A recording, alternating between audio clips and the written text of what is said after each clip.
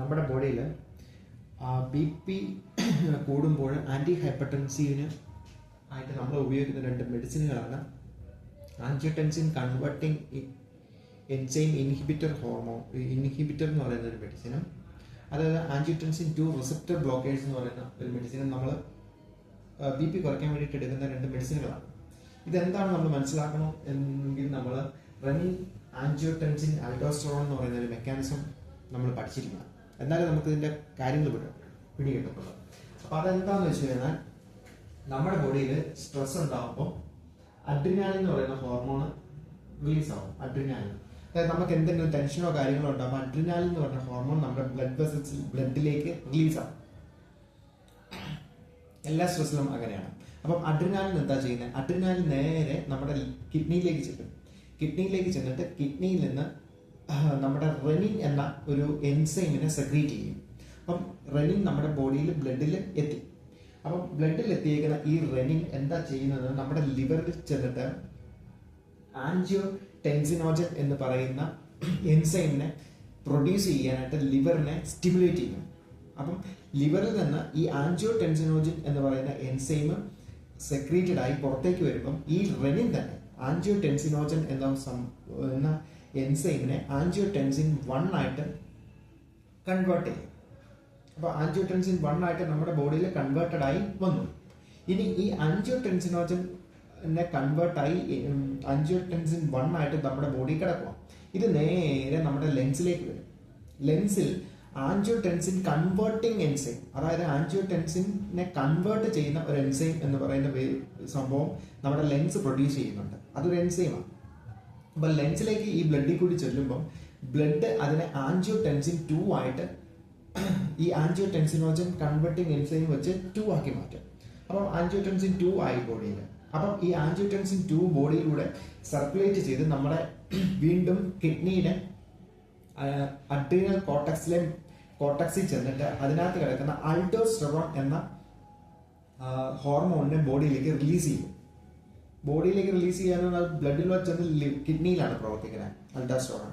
അപ്പം അൾഡാസ്റ്റെറോണിനെ സെക്രീറ്റ് ചെയ്യണമെങ്കിൽ ഈ ആൻജിയോടെൻസിൻ 2 ഇങ്ങനെ വരുമ്പം അതിനെ റിസീവ് ചെയ്യാനായിട്ട്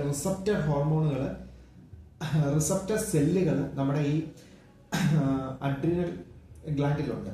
ഈ അഡ്രീനൽ ഗ്ലാൻഡിലെ ആ സെല്ലുകളാണ് ഈ ആൻജിയോടെൻസിനോജൻ 2 റിസീവ് ചെയ്തിട്ട് അൾഡാസ്റ്റെറോണിനെ പുറത്തേക്ക് സെക്രീറ്റ് ചെയ്തിരിക്കുന്നത് ഹോർമോണിനെ. അപ്പം അൾഡാസ്റ്റെറോൺ ബോഡിയിൽ എത്തിക്കഴിഞ്ഞാൽ നമ്മുടെ കിഡ്നിയിലെ ട്യൂബ്സുകൾക്കുള്ളിൽ ചെന്ന് അവിടെ നിന്ന് സോഡിയത്തെ ബോഡിയിലേക്ക് അബ്സോർബ് ചെയ്യും. മനസ്സിലായോ? ബോഡിയിലേക്ക് അബ്സോർബ് ചെയ്യും. അങ്ങനെ അബ്സോർബ് ചെയ്യുമ്പോൾ സോഡിയത്തിൻ്റെ കൂടെ വാട്ടറും നമ്മുടെ ബോഡിക്കുള്ളിലേക്ക് വരും. അങ്ങനെ ബോഡിയിൽ വാട്ടർ ലെവൽ ബാലൻസ് ചെയ്ത് നോക്കും. കാരണം ബി പി കുറഞ്ഞത് കൊണ്ടാണ് ഇതെല്ലാം സംഭവിച്ചത്. മനസ്സിലായോ? അപ്പം ഇനിയിപ്പം നമ്മൾ എന്തുകൊണ്ടാണ് ഇത് ഹൈപ്പർ ടെൻസീവ്, അതായത് ബി പി കൂടുമ്പോൾ നമ്മൾ എന്തിനാ ഇത് കൊടുക്കുന്നതെന്ന് ചോദിച്ചു കഴിഞ്ഞാൽ നമുക്ക് ഇത് തന്നെയാണ് മെക്കാനിസം. അപ്പം നമുക്ക് ബി പി കുറയുമ്പോൾ ബി പി കൂടാനുള്ള പരിപാടിയാണ് കാണിച്ചത്. ബി പി കൂട്ടാനുള്ള പരിപാടിയാണ് ഈ മെക്കാനിസം നമുക്ക് കാണിച്ചത്. ഇനി ഇവിടെ തന്നെ നമ്മൾ ഈ ആൻജിയോടെൻസിൻ കൺവേർട്ടിംഗ് എൻസൈം എന്ന് നമ്മൾ പറഞ്ഞല്ലോ ബി പി കുറയ്ക്കുന്നതിന് വേണ്ടിയിട്ട്. ആൻജിയോടെൻസിൻ കൺവേർട്ടിംഗ് ഇൻഹിബിറ്റർ ആണ് നമ്മൾ കൊടുക്കുന്ന മെഡിസിൻ. ആൻജിയോടെൻസിൻ കൺവേർട്ടിംഗ് എൻസൈം ആണ് ഇവിടെ ലെൻസിൽ നിന്ന് സെക്രീറ്റഡ് ആയിരിക്കുന്നത്. അപ്പൊ ലെൻസിൽ നിന്ന് സെക്രീറ്റഡ് ആയിരിക്കുന്ന ഈ ആൻജിയോടെൻസിൻ കൺവേർട്ടിംഗ് എൻസൈമിനെ ഇൻഹിബിറ്റ് ചെയ്യുക. അങ്ങനെ പരിപാടി നിർത്തുക. പരിപാടി നിർത്തുമ്പോൾ ആൻജിയോടെൻസിൻ 2 ഉണ്ടാകത്തില്ല. മനസ്സിലായോ? ആൻജിയോടെൻസിൻ 2 ഉണ്ടാകത്തില്ല. ആൻജിയോടെൻസിൻ 2 ഉണ്ടാകാതെ വരുമ്പോൾ അൾഡാസ്റ്റെറോണിന് പുറപ്പെടുവിക്കാനായിട്ട് അഡ്രീനൽ കോർട്ടക്സിലെ റിസപ്റ്റർ സെല്ലിലേക്ക് സന്ദേശങ്ങൾ എത്തുന്നില്ല. അപ്പോൾ സ്വാഭാവികമായിട്ട് എന്ത് ചെയ്യും? അൾഡാസ്റ്റെറോൺ കൂടുതലും സോഡിയത്തെയും വാട്ടറിനെയും അബ്സോർബ് ചെയ്യാനുള്ള മെക്കാനിസത്തെ കുറയ്ക്കും. അപ്പം സർക്കുലേറ്ററി ബ്ലഡ് വോളിയം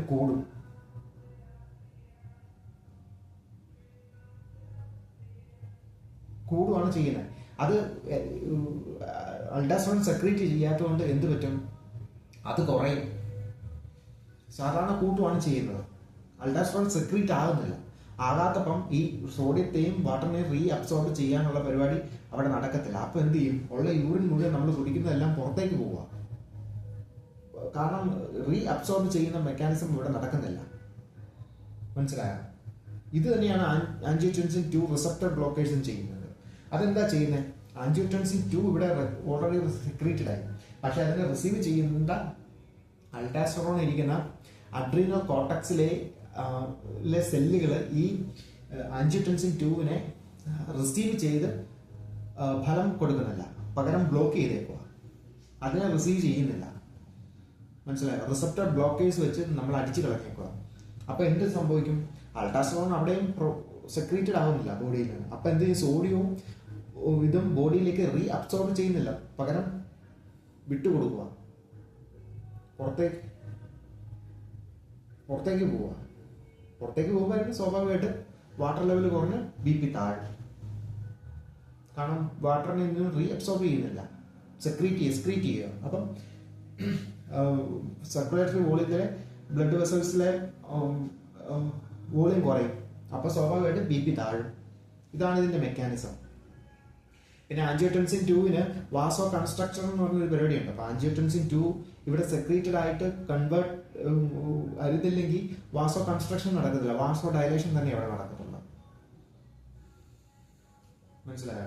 അപ്പൊ 2 റിസപ്റ്റർ ബ്ലോക്കർ വെച്ച് കഴിയുമ്പോൾ ഇത് വെയിനുകൾക്കുള്ളിലും ഈ റിസപ്റ്റർ ബ്ലോക്ക് ഉണ്ട്. അപ്പൊ ആ റിസപ്റ്റേഴ്സിനെ ഒന്നും ആൻജിയോടെൻസിൻ 2-ന്റെ റിസൾട്ട് ഉണ്ടാക്കാൻ സമ്മതിക്കത്തില്ല, റിസപ്റ്ററുകളെ മുഴുവൻ ബ്ലോക്ക് ചെയ്തു. മനസ്സിലായോ? അപ്പം വാസോ കൺസ്ട്രക്ഷനും അവിടെയും ഉണ്ടാകത്തില്ല. ഇങ്ങനെയാണ് BP നമ്മൾ കൺട്രോൾ ചെയ്യുന്നത്. Okay, thank you.